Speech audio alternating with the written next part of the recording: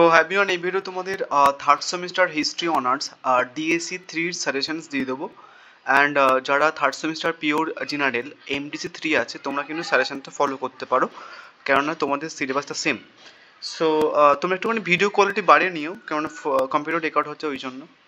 So একটা জিনিস প্রথমেই বলে দিই, তোমরা যারা ভাবছো যে দাদা পরীক্ষাতে যে কটা প্রশ্ন আসবে সে কটা মোটামুটি করবো আমরা, তাহলে বেশ সুবিধা হয়, ওটা করতে যেও না। কারণ তোমাদের কিন্তু এই যে সিলেবাসটা রয়েছে ডিএসসি 3 মানে তোমাদের অনার্সের যে পেপারটা এবং এমডিসি 3 যে সিলেবাসটা ওটা হচ্ছে কিছু সেম। সো যেহেতু সেম ইয়ারে একই সিলেবাসের বা দুটো পেপার পরীক্ষা হবে, তো যেই কোশ্চেন্সগুলো এমডিসিদের ইম্পর্টেন্ট সেই কোশ্চেন্সগুলো কিন্তু তোমাদেরও ইম্পর্টেন্ট। সো ধরো হচ্ছে কি তুমি তিনটে করে গেলে এবং তিনটে হচ্ছে কিছু সেই তিনটে এমডিসিদের পড়লো বাট তোমাদের পড়লো না, বাট তোমাদের পরীক্ষা কিন্তু আগে হবে। তো সেই জন্য মোটামুটি মোস্ট ইম্পর্টেন্ট যে প্রশ্নগুলো বলবো আমি তোমাদের এই ভিডিওটা স্টার মার্ক করে দিয়েছি, সেগুলো ভালো করে যাও, দেন তারপরে বাদবাকি প্রশ্নগুলো দেখে যাও। সো যারা নোটস নিয়েছিলে তোমরা সবাই দেখবে যে আমি নোটসের মধ্যে সমস্ত প্রিভিয়াস ইয়ার অ্যাড করে দিয়েছিলাম। 2023-এর প্রিভিয়াস ইয়ার, 2023-এর 5 মার্কসের, দেন 2022-এর 5 মার্কস, 2021-এর 5 মার্কস, দেন তারপর 2020-এর 5 মার্কস, 2022-এর 15 মার্কস, তারপর হচ্ছে কি 2021-এর 15 মার্কস, 2020-এর 15 মার্কস। তো সমস্ত কোশ্চেন আমি অ্যাড করে দিয়েছিলাম ওই জন্য নোটসের মধ্যে। সেটা প্রথম থেকে যারা নিয়ে তাদের সুবিধা হয়েছে, বাট এখন নর্মালি হচ্ছে কি প্রিভিয়াস ইয়ার করে আলটিমেট কোনো লাভ হবে না, কারণ তোমরা তাহলে ইম্পর্টেন্ট প্রশ্নগুলো করতে পারবে না। সো যারা নোটস নিতে চাইছো একটুখানি হোয়াটসঅ্যাপ বা কল করে নিও, আদারওয়াইজ যে প্রশ্ন ইম্পর্টেন্ট বলছি মোটামুটি তোমরা সেই কোশ্চেন্সগুলো করো। এই নাম্বারে কল করো বা হোয়াটসঅ্যাপ করো 8768157151।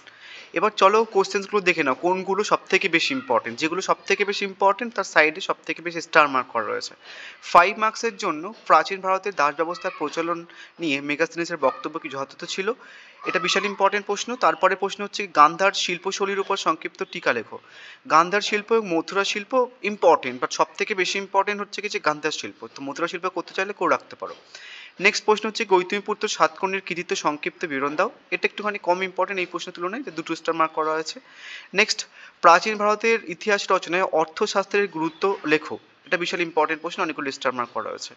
নেক্সট হচ্ছে কি যে শক ক্ষুদ্র রুদ্রদমনের শাসনকালে শক সাতবাহন সংঘর্ষের বর্ণনা দাও। এটা একটুখানি কম ইম্পর্টেন্ট। নেক্সট হচ্ছে কিছু সাপোর্টিভ প্রশ্ন আছে, যেমন সংগ্রাম সাহিত্য বলতে কি বোঝো। নেক্সট ইম্পর্টেন্ট প্রশ্ন হচ্ছে কি অগ্রহায়ণ ব্যবস্থা সম্পর্কে টিকা লেখো। এটা টিকা হবে। নেক্সট ইন্দো রোমান বাণিজ্যের প্রধান বৈশিষ্ট্য, মৌর্য প্রশাসনিক নিয়ন্ত্রণকে রবীন্দ্রনাথ ঠাকুর কতগুলি ভাগে ভাগ করেছেন। এবার মোটামুটি তোমাদের আমি 5 মার্কসের টোটাল 9টা প্রশ্ন দিয়েছিলাম, তো তোমাদের পরীক্ষায় টোটাল 5টা প্রশ্ন তোমাদের 3টে করতে হবে। সো 9টা দিয়েছিলাম মানে 4টে এক্সট্রা দিয়েছিলাম বলতে গেলে, 5টা যেহেতু আছে পরীক্ষাতে।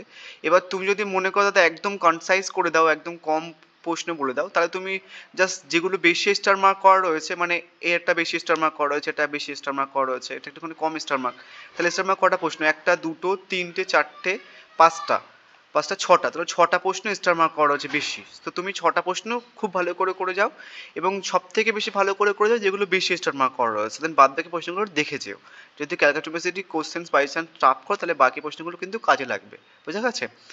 নেক্সট হচ্ছে কি যে 20 মার্কসের প্রশ্ন দেখো, এগুলো 10 মার্কসেরও প্রশ্ন আসতে পারে, তার কারণ যারা এমডিসি আছো তোমাদের একটুখানি 10 মার্কসেরও দিতে পারে ওই জন্য।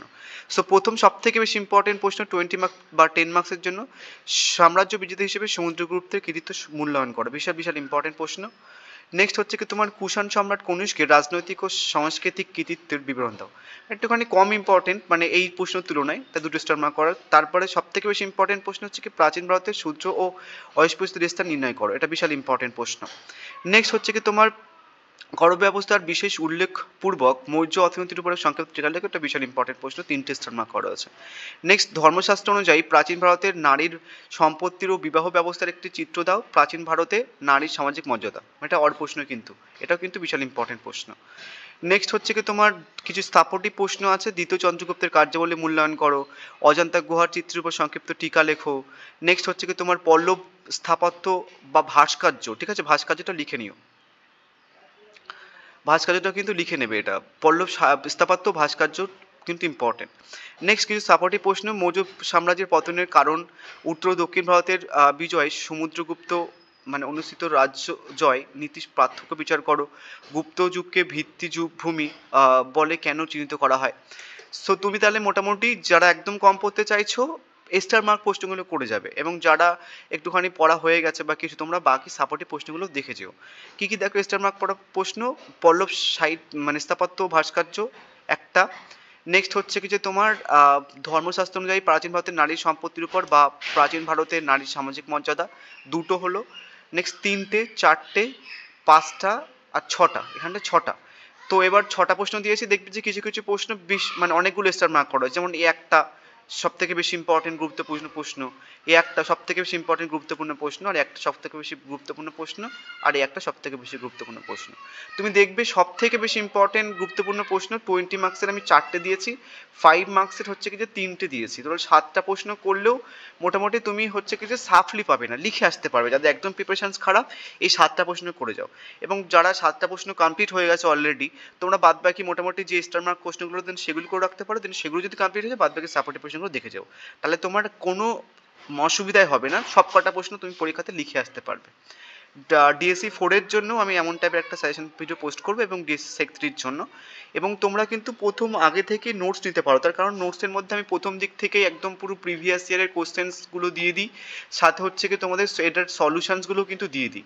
সো তাহলে মোটামুটি তোমাদের সমস্যা হবে না। ঠিক আছে? So thank you.